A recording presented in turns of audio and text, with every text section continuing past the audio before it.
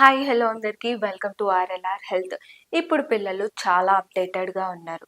So స్టైలిష్గా ఉంటుందని చాలామంది పిల్లలు ఏం చేస్తారు అంటే ఫుట్వేర్కి క్రాక్స్ అనేవి యూజ్ చేస్తున్నారు.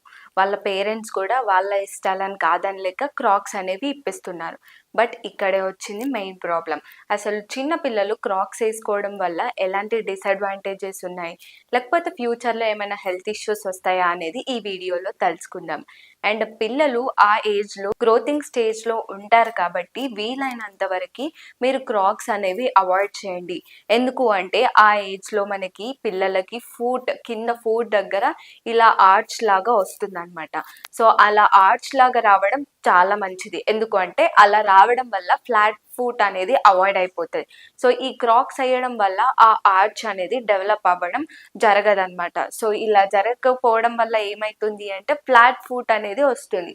ఈ ఫ్లాట్ ఫుట్ వల్ల మనకి ఫ్యూచర్లో చాలా కైండ్ ఆఫ్ ప్రాబ్లమ్స్ అనేవి ఫేస్ చేయాల్సి వస్తుంది. అంతేకాదు ఈ ఫ్లాట్ ఫుట్ వల్ల కూడా మనకి ఫ్యూచర్లో డిసడ్వాంటేజెస్ అయితే ఉన్నాయి. ఈ ఫ్లాట్ ఫుట్ వల్ల పిల్లల నడక కూడా చేంజ్ అవుతుందన్నమాట.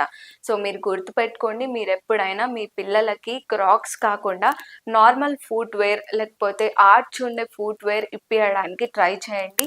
ఎందుకు అంటే మన పిల్లలకి ఆ ఏజ్లో ఆర్చ్ పెరగడం చాలా ఇంపార్టెంట్.